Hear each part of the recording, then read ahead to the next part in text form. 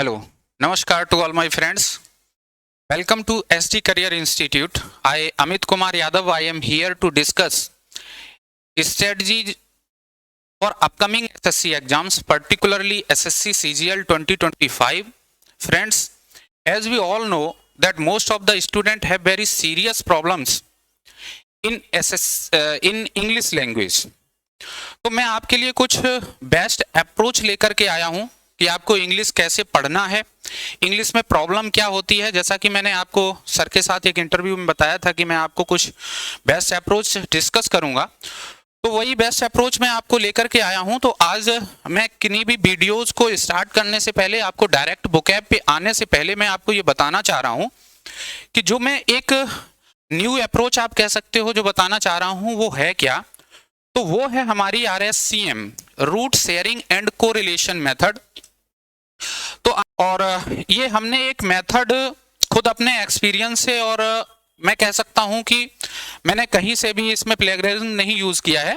तो ये root sharing and correlation method है और इससे आप जो है वर्ड्स को कभी आप नहीं भूलेंगे।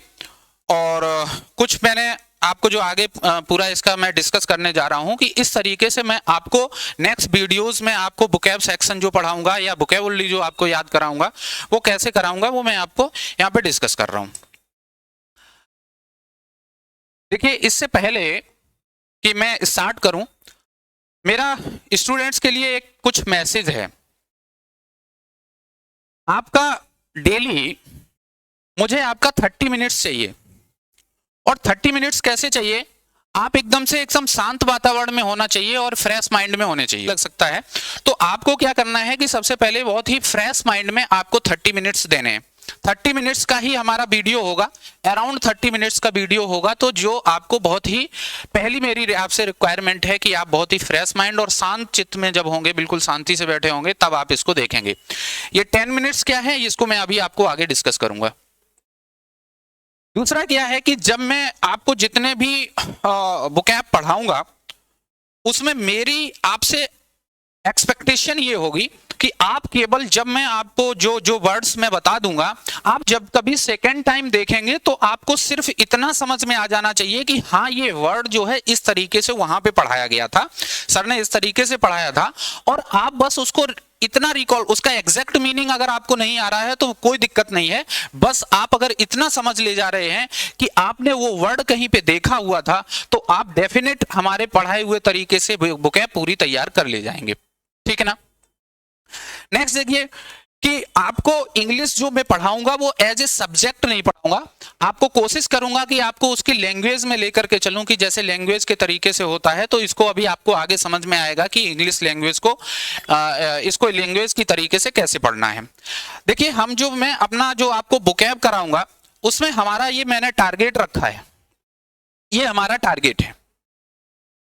अराउंड 13,000 में आपको वर्ड्स कराऊंगा, जिसमें 10,000 आपके मेन वर्ड होंगे। मतलब इसमें आपका एंटोनिम होगा, सिनोनिम होगा, वन वर्ड सब्स्टिट्यूशन होगा, स्पेलिंग करेक्शन भी हम इसमें जोड़ सकते हैं। तो ये आपके 10,000 वर्ड्स जो है, जो मेन वर्ड्स होते हैं, वो मैं आपको तैयार कराऊंगा।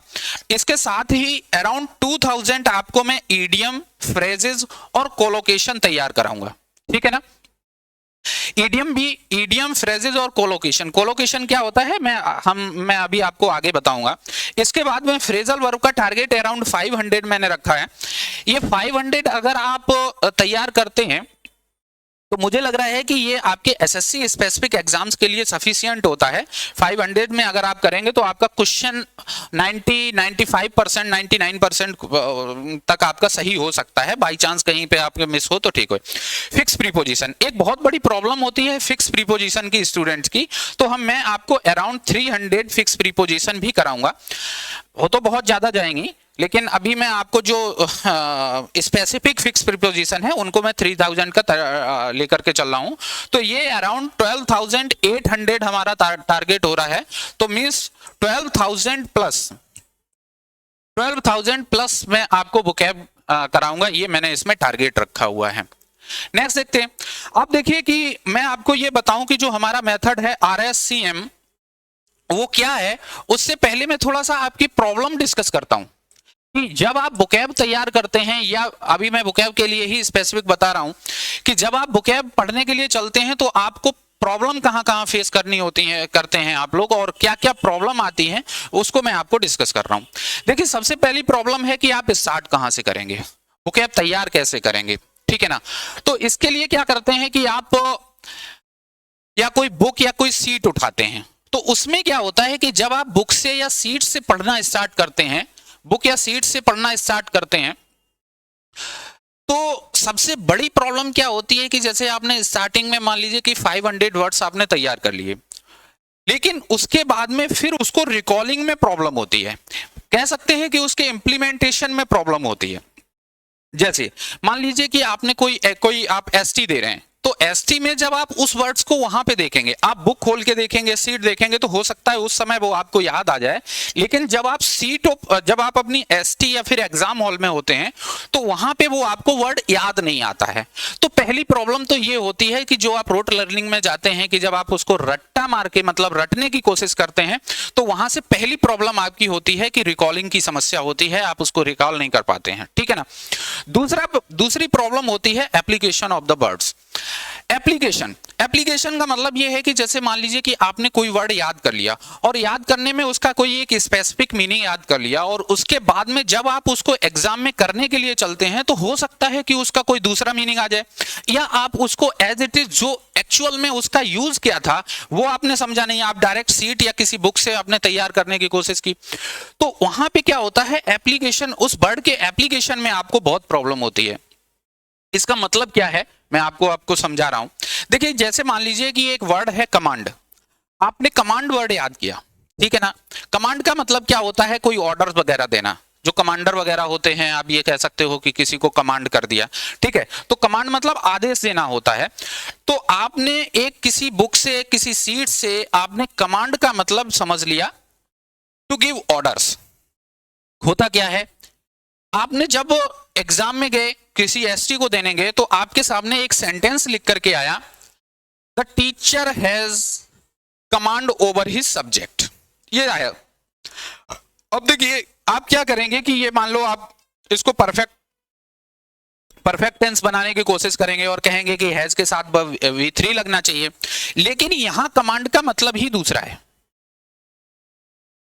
तो एक प्रॉब्लम आपके साथ में ये आती है कि जैसे वर्ड्स का, अगर आपको एक वर्ड उसका एक मीनिंग पता है, और उसके वर्ड के हो सकता है कि कई एक और मीनिंग होते हैं जो कि आपकी, जैसे आपकी रीडिंग भी नहीं होती है, आप इंग्लिश लिसनिंग में भी नहीं जाते हैं, तो स्पेसिफिक किसी बुक से या आप सीट से याद करने में, आप मान लीजिए कोई आपने एक उसका मीनिंग तैयार किया, लेकिन वहीं पे जो आपको सेंटेंस मिला उसमें वो दूसरा मीनिंग आ गया। जैसे मान लीजिए कि आपको कमांड वर्ड दिया हुआ है और इसके 4 ऑप्शन दिए हुए हैं, अब आपको इसका सिनोनिम लगाना है। तो अब आप इसमें देखेंगे कि रूल, अपॉइंट, मॉनिटर या अथॉरिटी, इनमें से तो आपको लग रहा है कि कोई भी नहीं हो रहा। फिर आप गैस वर्क पे जाएंगे। गैस वर्क करते हुए जैसे मान लीजिए कि आपने कहा कमांड, तो कमांड करने का मतलब ये है कि कोई रूल वगैरह होता है, रूल भी कमांड करता है, तो हो सकता है आप रूल पे लगा जाएं। लेकिन एक्चुअल कमांड का मतलब क्या होता है, कमांड का मतलब होता है अथॉरिटी। कमांड का मतलब होता है अथॉरिटी। जब आप किसी भी चीज के ऊपर आपकी बहुत अच्छी पकड़ है, बहुत अच्छी अथॉरिटी है आपके ऊपर, अथॉरिटी का एक मतलब ये भी होता है, तो उस समय उस कमांड का मतलब अथॉरिटी से निकलता है, ठीक है ना। तो दूसरी प्रॉब्लम जो आपकी एप्लीकेशन ऑफ वर्ड से वर्ड के एप्लीकेशन में आपको जो प्रॉब्लम आती है, एक ये आपकी प्रॉब्लम होती है, ठीक है ना। नेक्स्ट देखिए, नेक्स्ट क्या होता है कि मान लीजिए कि आपने एक डायरेक्ट आपने स्टार्ट ना करके, बुक और सीट से स्टार्ट ना करके, आपने कोई ऑनलाइन प्लेटफॉर्म, या मान लीजिए कि आप यूट्यूब से पढ़ने लगे, और यूट्यूब से आपने देखा, तो जनरल आज तक जो अभी तक चल रहा है, जो ट्रेडिशनल मेथड है, उसमें क्या है कि जब आपको कोई बुकैब की क्लास होती है या आपको कोई बुकैब पढ़ाता है, तो उसमें क्या हुआ कि जैसे मान लीजिए कि एक वर्ड आपका दिया और उसके 4 ऑप्शन दिए। इन 4 ऑप्शन में क्या होगा कि आपको ये बताया जाएगा कि इसके मान लीजिए कि 4-5 आपके सिनोनिम लिख दिए और 4-5 आपके एंटोनिम लिख दिए, है ना। लेकिन प्रॉब्लम ये है कि मुझे याद है वो वर्ड्स, उसके एंटोनिम सिनोनिम मुझे पता है, और जब मैं डायरेक्ट इस पे लिख दूंगा क्वेश्चन यहाँ पे अराइज ये होता है कि ये जो आपको जो मैंने यहाँ पे लिखा हुआ है, इसके 5 सिनोनिम 5 एंटोनिम, ये आपको कैसे तैयार होंगे? तो एक तरीका तो आप यूट्यूब पे ये देखते हैं। दूसरा एक बहुत ही प्रिविलेंट है इस समय, मैं देखता हूं कि आप निमोनिक्स के थ्रू आपको पढ़ाया जाता है। निमोनिक्स आप सब लोग जानते हैं। जैसे निमोनिक्स में क्या होता है कि सबसे पहली प्रॉब्लम तो ये है कि जैसे मैंने आपको बताया कि अगर आपको एसएससी स्पेसिफिक किसी एग्जाम के लिए आपको अपना लिस्ट में नाम लाना है तो अराउंड आपका टारगेट 30,000 का होना चाहिए, 30,000 प्लस का टारगेट होना चाहिए। अब ये 30,000 वर्ड तैयार करने में मान लीजिए कि आपको 5,000 वर्ड भी आप अगर उनमें निमोनिक्स पे जाएंगे तो वर्ड के साथ में आपको निमोनिक्स भी तैयार करने, और निमोनिक्स भी आप कितने तैयार करेंगे, एक ये प्रॉब्लम आती है। और निमोनिक्स भी क्या होते हैं कि बहुत निमोनिक्स कोई एक ऐसा साइंटिफिक तरीका तो है नहीं कि आपको जो बहुत ही स्पेसिफिक उसमें कहीं से किसी के कुछ भी मन में आ गया तो वो उस तरीके से वो निमोनिक्स करता है। जैसे मान लीजिए कि अगर मैं आपको निमोनिक्स से 2 वर्ड पढ़ाऊं तो पहला है इंटेलिजेंट। अब देखिए निमोनिक्स क्या होते हैं, निमोनिक्स क्या होते हैं, बड़ी अजीब अजीब तरीके से आप लोग कुछ न कुछ खोज के ले आते हैं, कहीं कहीं से ले आते हैं। अगर मान लीजिए कि मैं इसका निमोनिक्स किसी स्टूडेंट की तरीके से बनाना चाहूं तो वो क्या कहेगा, जो इंटेल कंपनी है ना उसमें जितने जेंट्स वर्क करते हैं, इंटेल कंपनी में जितने जेंट्स वर्क करते हैं वो बहुत बुद्धिमान होते हैं, तो इंटेलिजेंट का मतलब हो गया बुद्धिमान, ठीक है ना। अब देखिए जैसे मान लीजिए कि ये है, अब किसी ने कह दिया कि दिल्ली में जितने भी जेंट्स होते हैं वो सब बहुत मेहनती होते हैं, तो डिलीजेंट का मतलब हो गया मेहनती, ठीक है ना। अब एक चीज समझिए कि आपको ये चीज भी स्पेसिफिक उस वर्ड पे ध्यान देनी पड़ेगी कि यहाँ के जेंट्स बुद्धिमान रहेंगे और यहाँ के जेंट्स जो है मेहनती होंगे, ठीक है ना। तो हो सकता है कि यहाँ के इंटेल के जेंट्स को आप कुछ और समझ लें। मेरे कहने का मतलब है कि निमोनिक्स से आपको स्पेसिफिक निमोनिक की वो चीजें याद करनी पड़ती हैं। दूसरी चीज, मान लीजिए कि आपने निमोनिक्स से ये वर्ड भी तैयार कर लिए, लेकिन फिर क्या होगा कि वही प्रॉब्लम, कौन सी आपकी ये प्रॉब्लम स्टार्ट हो जाएगी यहां से, जो एप्लीकेशन ऑफ वर्ड्स आपकी यहां से। अगर मान लीजिए कि निमोनिक्स आपने तैयार भी कर लिया तो आपकी यहां से निमोनिक्स से जो आप वर्ड तैयार करेंगे उसमें आपका जब वो उसको आप एग्जाम में जब आप पेपर में उसको देखेंगे तो आप उसको अप्लाई नहीं कर पाएंगे, क्योंकि आपने उसका एग्जैक्ट मीनिंग नहीं समझा है, आपने निमोनिक्स से उसको कुछ अलग अलग अजीब तरीके से उसको तैयार करने की कोशिश की है, ठीक है ना। तो एक आपकी ये, मुझे तो निमोनिक्स से याद करना भी आपकी एक प्रॉब्लम हो जाती है, ठीक है ना। एक चीज और है जिसको मैं कह सकता हूं, लैक ऑफ हेल्पिंग हैंड।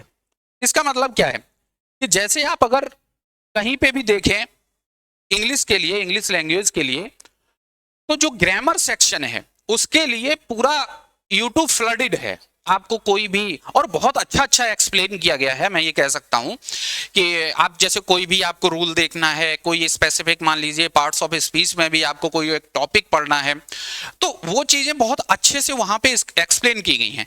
लेकिन बुकैब के सेक्शन में अगर आप देखें, जो कि किसी भी पेपर में अगर आपको इंग्लिश लैंग्वेज में अच्छे मार्क्स लाने हैं तो आपको वोकैबुलरी के अलावा और कोई भी आपका दूसरा चांस ही नहीं बनता है कि जब तक आप वोकैबुलरी, क्योंकि 90% मोर देन 90% क्वेश्चन आपके वोकैब से ही बनते हैं, ठीक है ना। तो जो ग्रामर सेक्शन है वो तो फ्लडेड है, लेकिन जो वोकैबुलरी है, वोकैबुलरी के लिए या तो आप डायरेक्ट बुक या सीट से तैयार करते हैं, या फिर आपको अगर जाते हैं तो कोई निमोनिक या ट्रिक्स पे जाते हैं। इसके अलावा आपका एक चीज और अगर आप देखेंगे तो उसमें, तो पहली चीज ये है कि आपने बुक या सीट से कोई वोकैबुलरी तैयार करने लगे।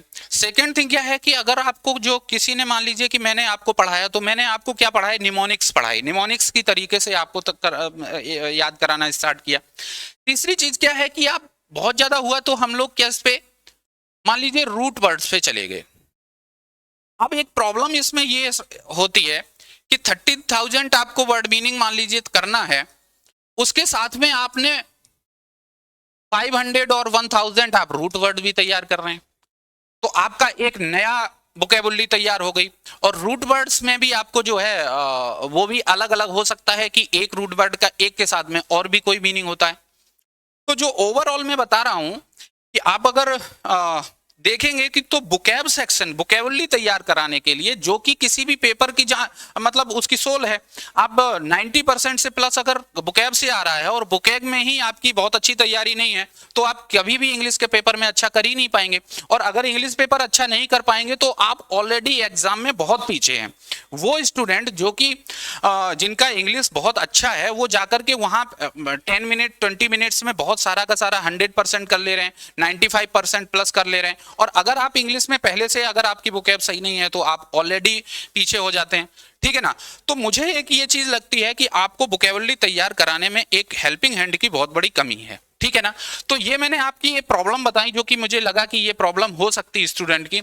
इसको सॉल्व कैसे करना है, अब देखिए कि मैं आपको बता रहा हूं कि root sharing and correlation method है क्या। Root sharing and correlation method क्या है, ये मेरा अपना डिवाइस किया हुआ है और मैंने इस पे बहुत रिसर्च किया है, या मेरा जो भी पास्ट एक्सपीरियंस रहा है उससे मैंने जिस तरीके से बुकैब तैयार करने की कोशिश की और पिछले मैं कुछ टाइम से जो रिसर्च वर्क कर रहा हूं उससे एक ये मेथड निकल के आया, root sharing and correlation method. इसको हम शॉर्ट में RSCM कहेंगे। RSCM कहेंगे तो आप लोग समझ जाएंगे कि RSCM ये हमारा एक मेथड है। RSCM क्या है, अब आप इसको समझिए। इसमें मैंने क्या किया, सबसे पहले तो आप देखें कि आज के टाइम में हमारी सोसाइटी इस लेवल पे पहुंच गई है कि उसको ऑलरेडी उसके आसपास ही बहुत सारी इंग्लिश आप कह सकते हैं कि फैली हुई है। इसीलिए मैं ये चाह रहा हूं कि अब जो इंग्लिश पढ़ाई जा रही है उसको आप जो ट्रेडिशनल मेथड थे, मैं जब आपको ग्रामर पढ़ाऊंगा तब भी आपको दिखाऊंगा कि मैं बहुत ज्यादा ग्रामर में न जाकर के उसको क्या है कि लैंग्वेज बेस पे जाऊंगा, ठीक है ना। तो फिर आपको बहुत ज्यादा उसमें कह सकते हैं कि वो रटने की जरूरत नहीं पड़ती है। हमारे आसपास ऑलरेडी इतनी इंग्लिश हो चुकी है। जैसे जब हम कभी अपने अपने अपने स्कूलिंग के टाइम में थे तो हम पढ़ते थे कि जिन वाक्यों के अंत में ता है, ती है, ते है, इसके प्रकार बताते थे कि वो प्रेजेंट इंडेफिनिट होता है। उसके बाद में फिर वहां से शिफ्टिंग हुआ, शिफ्टिंग होने के बाद में आज आप थोड़ा उस तरीके से नहीं पढ़ते हो। तो मुझे लग रहा है कि अब स्टूडेंट्स के पास में और हमारी सोसाइटी के पास में इतना इंग्लिश प्रिविलेंट, मैंने ये एज्यूम किया कि आज की सोसाइटी में अगर कोई भी स्टूडेंट जो भी अपना स्कूलिंग करके या फिर कॉलेज से आया हुआ है तो उसको अराउंड 2000 वर्ड्स उसको ऑलरेडी तैयार है। वो कैसे, और मैंने इन्हीं वर्ड्स का यूज किया है। जैसे मान लीजिए मैं हूं यहाँ पे, ये इसको आप मार्कर कह सकते हैं, स्टाइलस है, मार्कर है, ये माइक है, टेबल है, कैमरा है, रॉड है, बल्ब है, टेबल है, चेयर है, ये पिलर है, आप कह सकते हो डोर है, डोरबेल है, एक्सप्रेस वे, व्हीकल, बस, कार। आप देखेंगे कि मॉल है, एंट्रेंस गेट है, हॉस्पिटल है, इमरजेंसी है, स्ट्रेचर है, वार्ड है। मतलब अगर आप अपने आसपास देखने की कोशिश करें तो किसी भी स्टूडेंट के लिए बहुत ही सिंपलेस्ट वे में उसके पास में वोकैबुलरी कुछ न कुछ वोकैबुलरी है, जो कि आज के टाइम में जैसे आप देख सकते हैं कि हमारे यहाँ डेटा बहुत आसानी से, बहुत कंपैरिजन टू अदर कंट्रीज बहुत सस्ता है। तो हम लोग बहुत ज्यादा इंटरनेट से भी इंडियन सोसाइटी जुड़ी हुई है।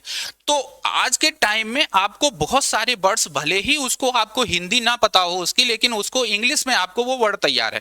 तो मैंने आपका इसी चीज को यूज किया है इसमें आपके रूट शेयरिंग में, कि मैंने आपको ये एज्यूम किया है कि लगभग सारे स्टूडेंट के 1000 to 2000, अगर हम एक ऑन एन एवरेज ले लें तो 1500 वर्ड्स मैं ये एज्यूम करके चल रहा हूं कि ये सारे स्टूडेंट को आ रहे हैं। और मैंने ये एज्यूम भी नहीं किया है, ये मैं 100% कह रहा हूं। अभी मैं आपको आगे दिखाऊंगा कि आपको लगभग 1500 वर्ड मीनिंग आपको ऑलरेडी तैयार है, ठीक है ना। तो मैंने इसको यूज किया है।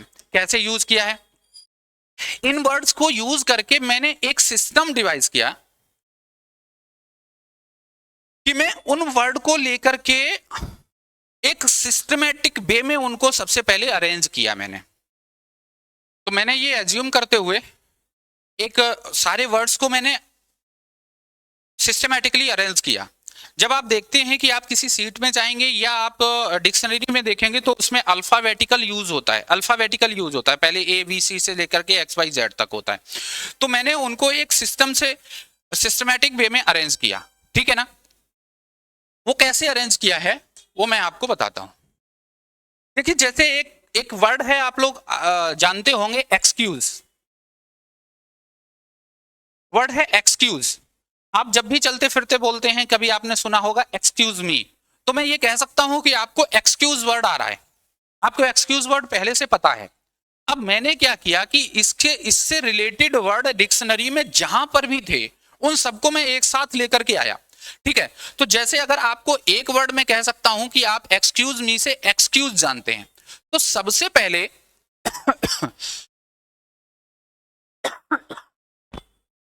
जो हमारा RSCM है, इसमें मैंने आपका एक वर्ड जो आप पहले से जानते हैं उसको लिया और फिर मैं उसको समझाऊंगा कि ये देखिए ये वर्ड है क्या। एक्सक्यूज का आप मतलब भी जानते हैं और मैं आपको ये समझाऊंगा कि ये किस तरीके से इसका जो है कह सकते हैं इंग्लिश लैंग्वेज में अगर कभी ये यूज हुआ होगा तो ये कैसे हुआ होगा, उसका क्या मेथड था। तो मैं सबसे पहले आपको उस एक्सक्यूज वर्ड को ही समझाऊंगा। उसके बाद में उसके जितने भी रिलेटेड वर्ड हैं उन सबको मैंने डिक्शनरी में खोज खोज के अरेंज किया है, एक साथ लाया है। मतलब उसके जो भी रिलेटिव्स हैं, परिवार के लोग उसके जहां जहां भी इधर उधर डिक्शनरी में फैले हुए थे, मैंने उन सबको एक साथ लाया हूं।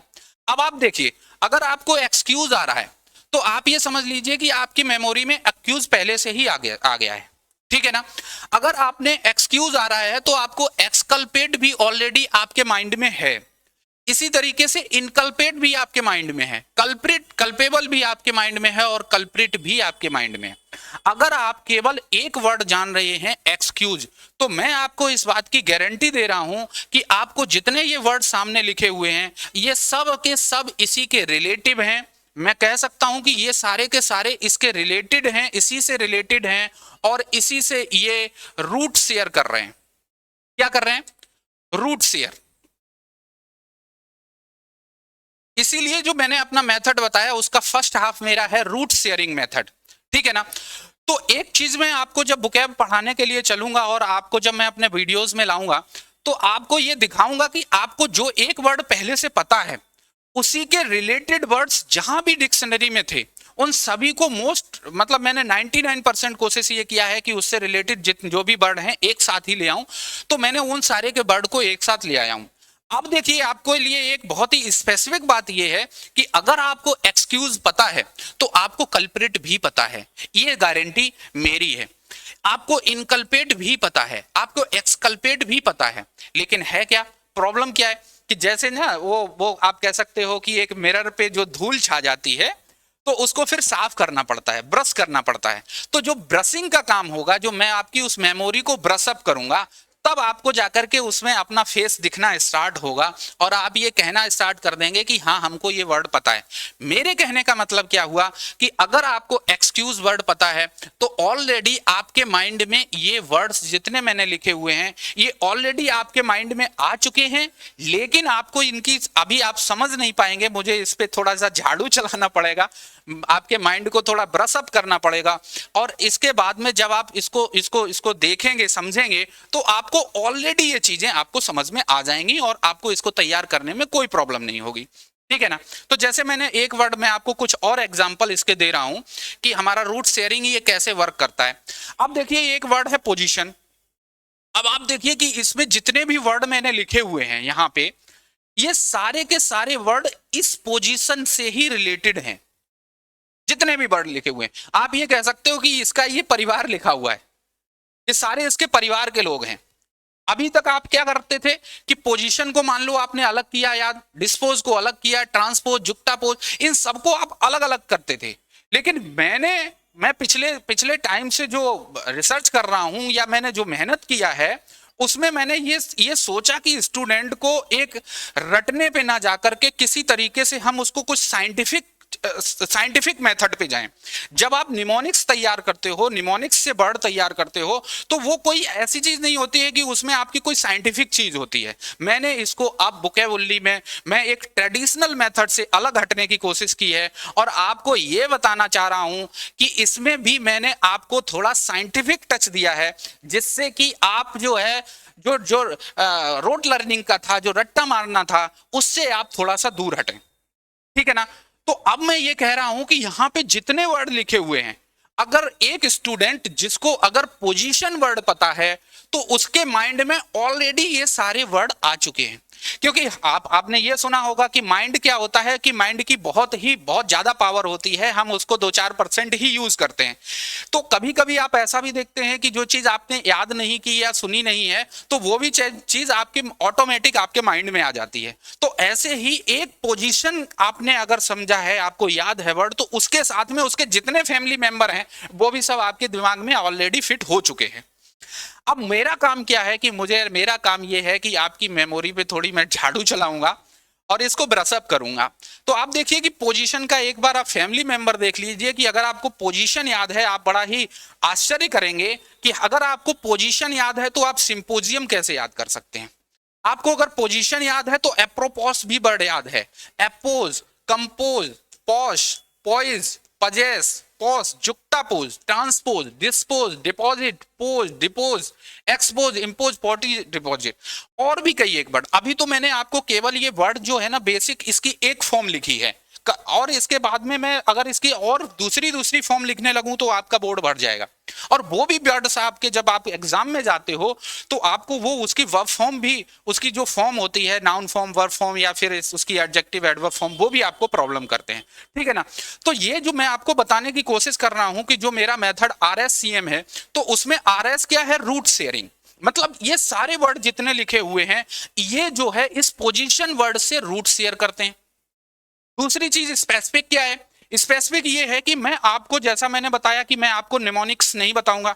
99% मैं ये कह रहा हूं कि निमोनिक्स से आप अगर वर्ड तैयार करने को जा रहे हैं तो आप एग्जाम तो क्वालिफाई करने में शायद आपको बहुत मुश्किल होगी।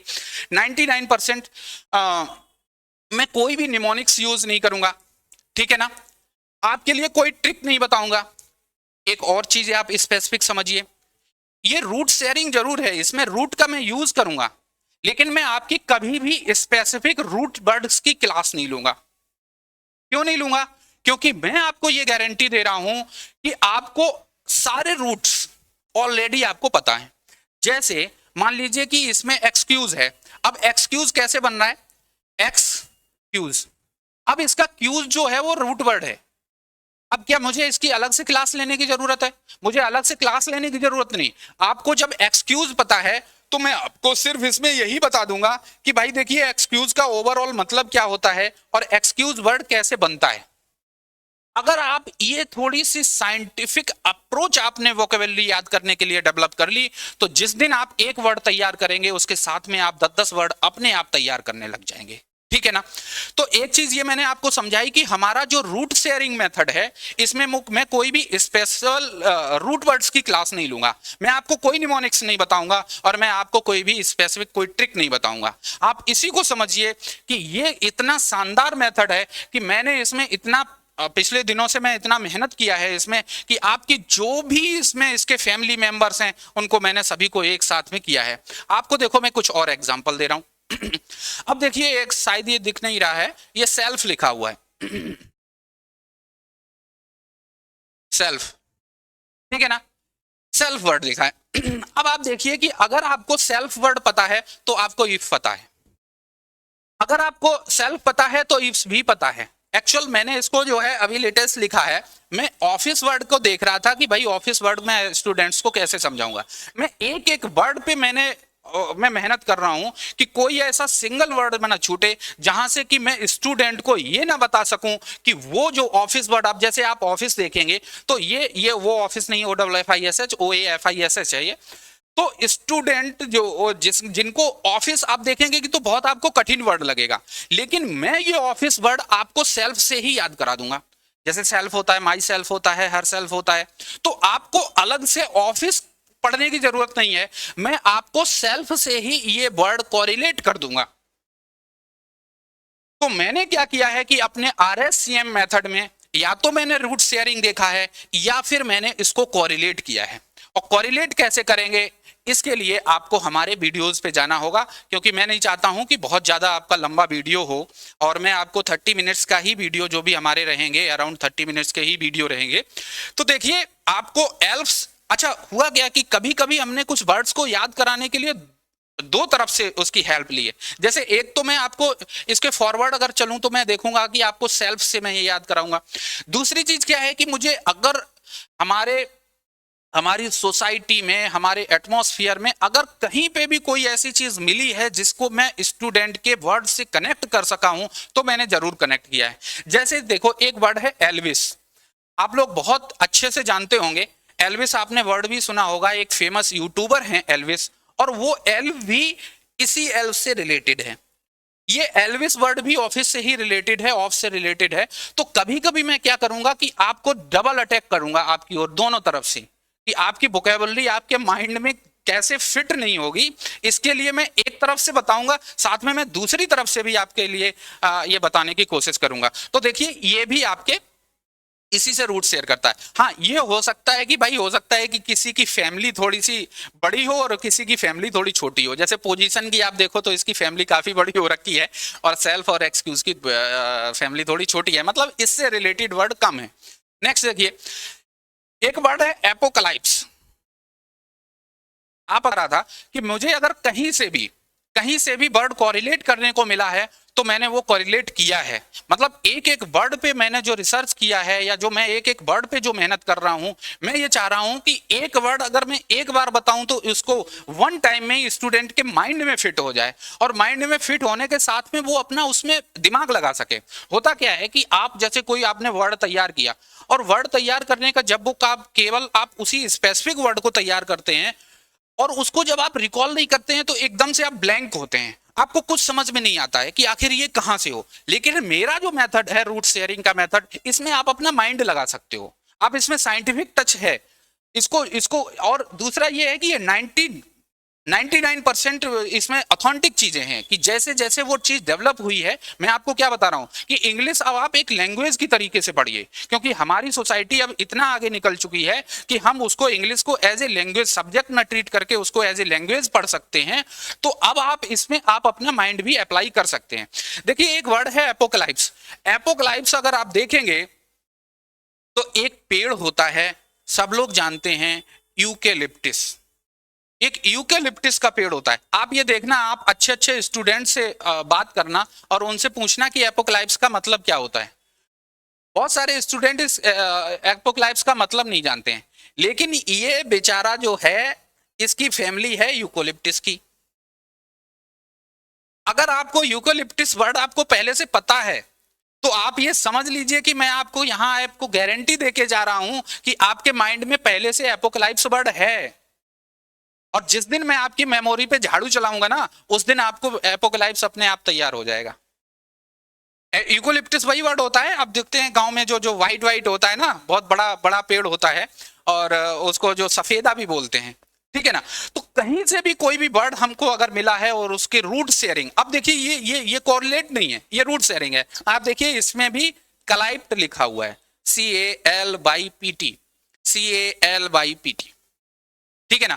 तो ये इस तरीके से रूट शेयरिंग की चीजें हमने इतना अपनी जो जो हमारा पास एक्सपीरियंस है और अपने जो जो करंट हमारी रिसर्च है, उससे मैं इन सारी चीजों को लेकर के एक साथ में आ रहा हूं, ठीक है ना। अब आप देखिए कांग्रेस, मैं आपको ये कुछ एग्जाम्पल दे रहा हूं, कुछ 4-5 एग्जाम्पल दे रहा हूं कि मेरा जो रूट शेयरिंग मेथड है, रूट शेयरिंग और कोरिलेशन मेथड, मतलब RSCM हमारा वर्क कैसे करेगा, जब हम आपको इसको वीडियो में बताएंगे तो ये वर्क कैसे करेगा, वो मैं आपको एग्जांपल दे रहा हूं, ठीक है ना। तो जैसे आपको एक वर्ड पता है कांग्रेस, कांग्रेस एक पार्टी भी है, कांग्रेस का मतलब एक मीटिंग भी होता है, ठीक है, जहां पे गैदरिंग होती है। तो अगर आपको कांग्रेस पता है तो देखिए भाई ये सारे के सारे इसकी फैमिली मेंबर लिखे हुए हैं। एक बार थोड़ा सा ध्यान दे करके इस पे देख लो, और आपको ये नहीं लगना चाहिए कि मैं बहुत ज्यादा कोई बहुत सिंपल से वर्ड लेकर के आ गया हूं, ठीक है ना। आप देखिए ग्रेगरियस, आप सोच सकते हैं क्या कि अगर आपको कांग्रेस याद है तो ग्रेगरियस भी याद है। आप सोच सकते हैं क्या कि अगर आपको कांग्रेस याद है तो आप समझ लीजिए कि आपको इग्रिजियस भी याद है, और ये इसी से रूट शेयर करता है।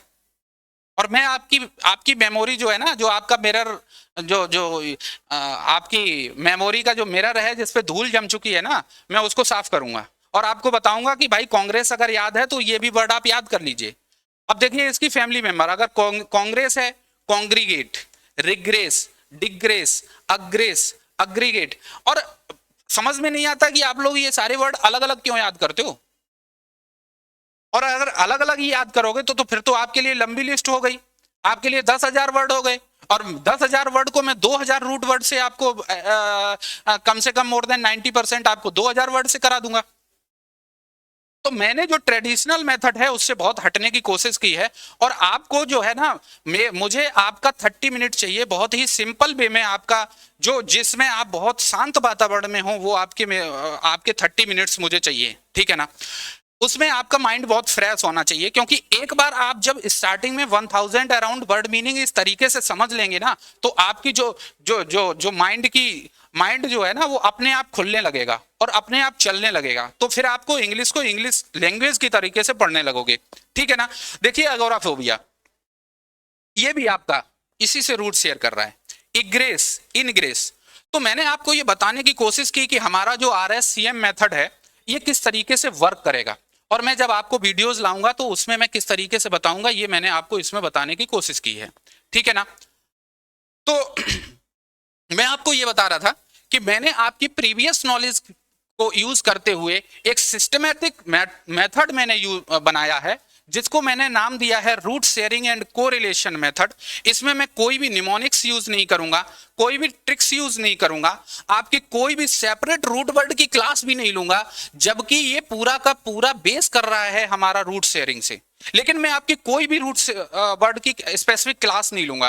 क्यों नहीं लूंगा? क्योंकि मुझे पता है कि हमारे सारे स्टूडेंट पहले से ही मैक्सिमम रूट वर्ड जानते हैं, पहले से ही हमारे सारे स्टूडेंट रूट वर्ड्स जानते हैं। तो आप थोड़ा सा इस पे ध्यान दीजिए और आप समझिए कि ये सब जो है इस तरीके से अब आप पढ़ना स्टार्ट कीजिए। तो ये रूट शेयरिंग का मेरा जो है फर्स्ट पार्ट हो गया, जिसमें मैं आपको जो भी एक वर्ड आपका लूंगा, जो आपको बहुत सिंपल वे में आपको जो वर्ड तैयार है उस वर्ड के साथ में उसकी जितने भी रिलेटेड वर्ड जहां भी पड़े हुए थे डिक्शनरी में, उन सबको मैंने एक साथ ला करके मैं एक साथ आपको समझाऊंगा और बताऊंगा कि अगर आप एक वर्ड तैयार है आपका, तो आप उससे रिलेटेड 10-20 वर्ड ऑलरेडी आप तैयार कर सकते हो, ठीक है ना। इसी RSCM के जो मैं अगला पार्ट करूंगा, उसमें मैं आपके लिए क्या लेकर के आया हूं ये भी देखिए आप।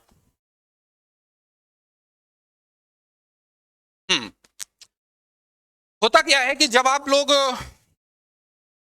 इंग्लिश वोकैब तैयार करते हैं तो पहले तो वर्ड तैयार करते हैं, फिर ईडियम्स तैयार करते हैं, फिर फ्रेजल वर्क करते हैं, और फिर फिक्स प्रोपोजिशन करते हैं। मैं ये भी आपको एक साथ कराऊंगा।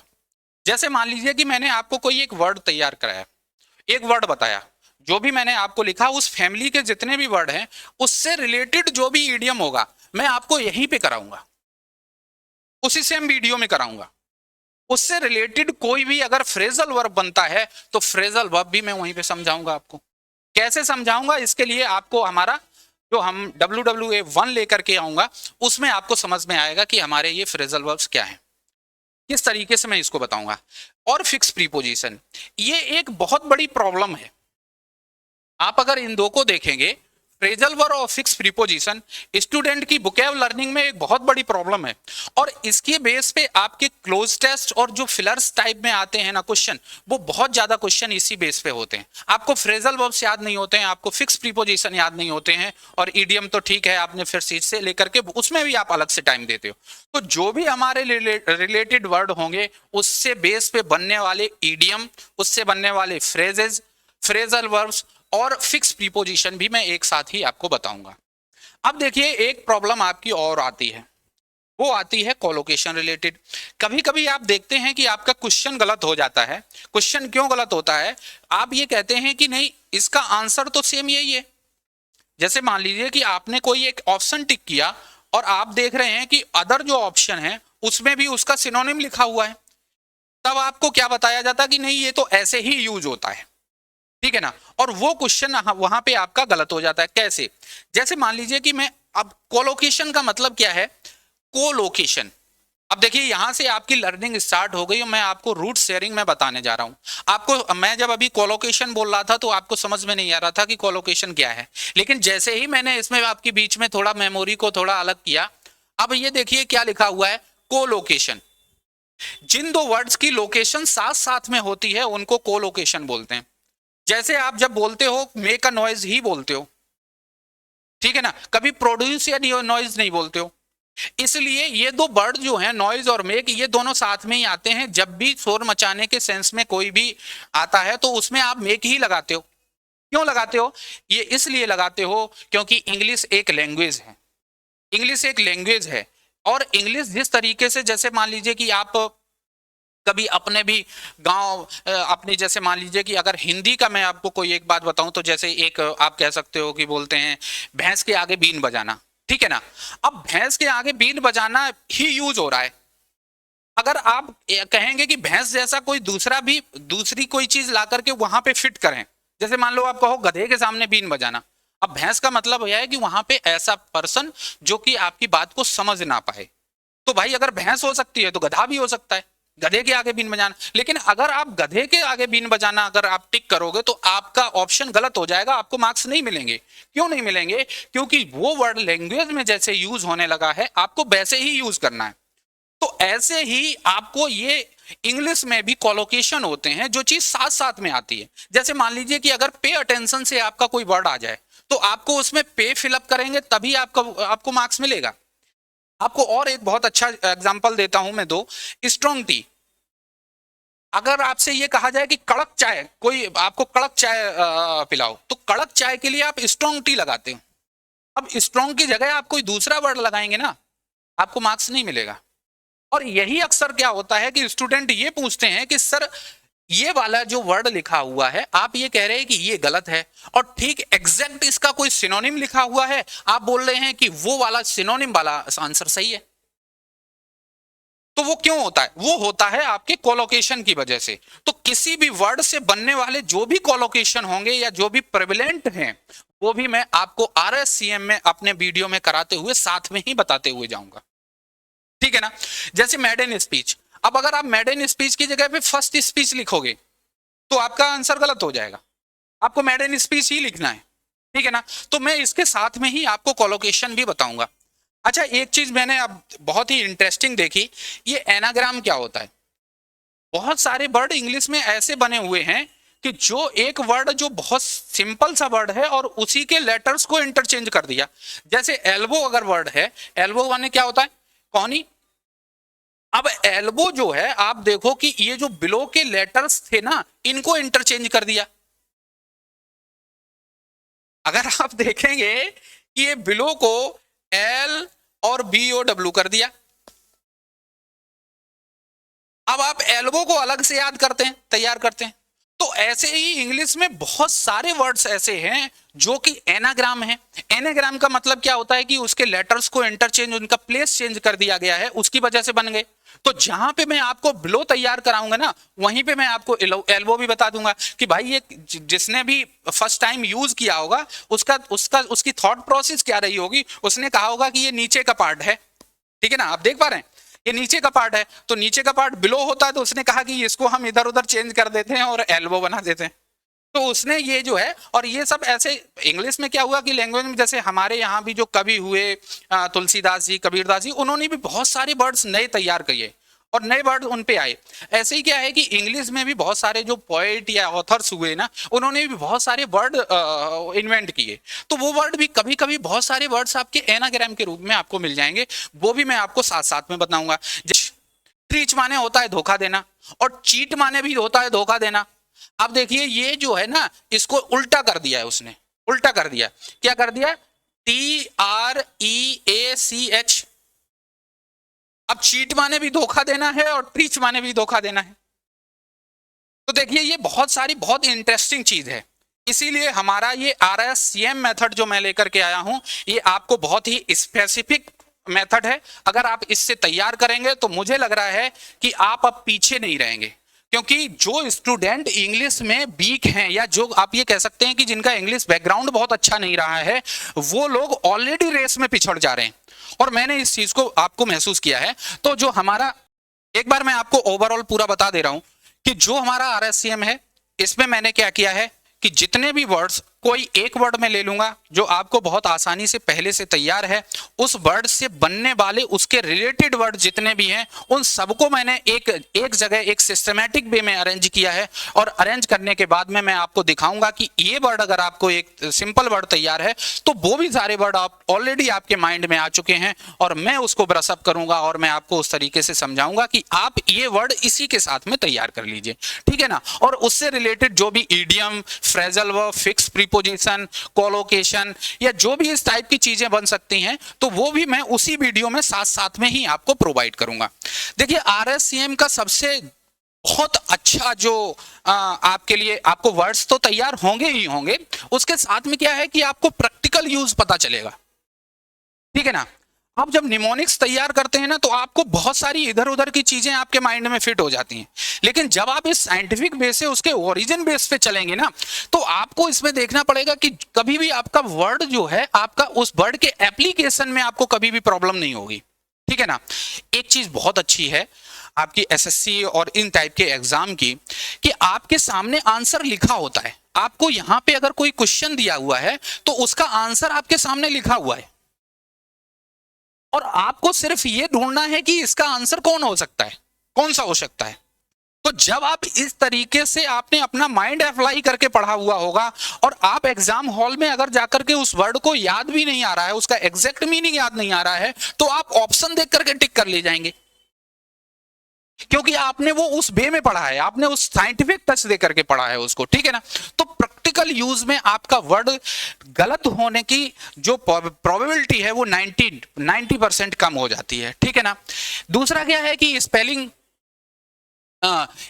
करेक्शन में भी आपको इससे हेल्प मिलती है कि जब आप जाते हैं तो उसमें आपको ये पता चल रहा है कि ये वर्ड आप खुद बना रहे हैं, खुद सोच रहे हैं, तो आपकी जो सेपरेट आप स्पेलिंग करेक्शन तैयार करते हैं वो आपका इसी के साथ में ही तैयार हो जाता है, ठीक है ना। दूसरी चीज क्या है कि जब मैं आप देखेंगे कि जैसे मैंने अभी आपको एक कमांड वर्ड बताया था, तो कमांड का मतलब ये है कि कमांड में आपको एक मीनिंग मान लीजिए पता है टू गिव ऑर्डर्स, ठीक है ना। लेकिन अगर कमांड का कोई और ऐसा मीनिंग है जो इंग्लिश में जनरली यूज हो रहा है, जो आपके एग्जाम में पूछा जा सकता है, तो वो भी मैं साथ में ही बताता चलूंगा, ठीक है ना। तो आरएससीएम के आप देखिए रूट शेयरिंग और कोरिलेशन मेथड के आपको कितने फायदे मिल रहे हैं। और ये दूसरी चीज ये है कि ये कोई ऐसा नहीं है, हवाई नहीं है कि कहीं से आपने कुछ भी पकड़ लिया, जैसे मैंने आपको अभी इंटेलिजेंट का बताया, ठीक है ना। अब इंटेलिजेंट इस तरीके से ये कोई ऐसा नहीं है कि कोई आपको ऐसी चीज दे दी कि फालतू की चीज आपके दिमाग में घुस गई है, ठीक है ना। तो यहां से आपको अगर कोई डिफरेंट मीनिंग जितने भी उस वर्ड के जो प्रेविलेंट होंगे वो भी मैं साथ ही साथ में आपको बताता चलूंगा, ठीक है ना। हाँ, और ये हमारा जो मैं आपको वर्ड्स कराऊंगा इसको मैं अपना फेज 1 मान के चल रहा हूं। जैसे ही आपको कुछ वर्ड तैयार होने लगेंगे मैं आपको साथ ही साथ में एक रिवीजन पार्ट फेज 2 लेकर के आ जाऊंगा, जिसमें मैं आपके प्रीवियस ईयर प्रैक्टिस सेट जो होंगे उनको उसके साथ में ही मैं आपको प्रैक्टिस कराने लगूंगा। इमरजेंसी अगर वर्ड हमने लिखा, और इमरजेंसी वर्ड में मैंने आपको 2 वर्ड और कराए, इमर्ज, आपको इमर्ज कराया और मर्ज कराया, 2 वर्ड और कराए। तो मेरी आपसे एक्सपेक्टेशन ये नहीं है कि आप इमर्ज का पूरा मतलब आप याद कर लें, तो मेरी एक्सपेक्टेशन आपसे ये रहेगी कि जब भी आप इमर्ज वर्ड को देखें तो आपको सिर्फ ये समझ में आ जाए कि हाँ ये कहीं भी जैसे मर्ज वर्ड देखा तो ये उस तरीके से वहां पे बताया था। एग्जैक्ट मीनिंग अगर नहीं आ रहा है ना तो इसमें कोई प्रॉब्लम नहीं, और ये तो मैं आपको सिर्फ बोलने के लिए बता रहा हूं। आप जब इस मेथड से आप पढ़ेंगे ना तो आपको एक साथ ही आपका 75% प्लस आपको वहीं पे तैयार हो जाएगा, आपको रिवीजन करने की भी जरूरत नहीं पड़ेगी, ठीक है ना। तो ये जब मैं लाऊंगा तो मैं आपको प्रैक्टिस में भी ये चीजें कराता चलूंगा, ठीक है। तो ओवरऑल मैंने आपको सारा कुछ डिस्कस किया है इसमें, और मैं ये कह सकता हूं कि मैंने जो भी ट्रेडिशनल मेथड हैं जिससे कि आपको बुकैब बहुत ज्यादा उसमें हेल्प नहीं हो पा रही है, तो इसीलिए मैं अगर चाहता तो आपके लिए कुछ मतलब कैची सा आपका ऐसा लेकर के आ सकता था कि कोई ग्रामर का रूल या कुछ इस तरीके से जो आपको बहुत अच्छा लगता, ठीक है ना। लेकिन आप एक बार इस पे थोड़ा सा पढ़ करके देखो। मैं आपको कोई गलत सजेशन नहीं देना चाहता हूं। मैं आपको बता रहा हूं कि अगर आपने वोकैबुलरी तैयार की है तभी आप इंग्लिश सेक्शन को कर पाएंगे। अगर आपकी वोकैबुलरी तैयार नहीं है तो आप कितनी भी ग्रामर रूल्स पढ़ते रहिए, आपको कभी कुछ उससे आपके मार्क्स आपके अच्छे आने वाले नहीं हैं। ये आपको RSCM में यूज करूंगा, लेकिन जो अपना वीडियोज लाऊंगा वो मैं वर्ड वंडर के नाम से लाऊंगा। इसमें आपको दिख रहा होगा वर्ड वंडर बाय अमित, इसका नाम मैंने दिया है WWA, ठीक है ना। और ये आपको SD campus, SD career institute पे आपको ये वीडियो मिलेंगे उनका। और हमारे ये गुरुदेव भी रहे हैं। जब मैंने स्टार्टिंग में तैयारी की थी तो मैंने मैथ्स वगैरह धर्मेंद्र सर से ही मैंने पढ़ा था। तो यहाँ पे जो आपको मेरा वीडियो मिलेगा वो WWA के नाम से मिलेगा, ठीक है ना। WWA इसका मतलब क्या है? Word wonder why Amit. मतलब मैंने इसको वर्ड्स को बहुत वंडरफुली अरेंज किया है, ठीक है। अरेंजमेंट ऑफ वर्ड्स वंडरफुली, आप ऐसे भी कह सकते हैं इसको। तो वर्ड वंडर बाय अमित। तो आपको मेरा जो वीडियो आपको जो मैं पढ़ाऊंगा वो WWA1 आपको मिलेगा और इसमें आपको सारी चीजें समझ में आएंगी, ठीक है ना। ठीक है, मिलते हैं आपके WWA फर्स्ट में, जहां पे आपको इसका प्रैक्टिकल यूज बताया जाएगा, ठीक है ना। Okay, thank you.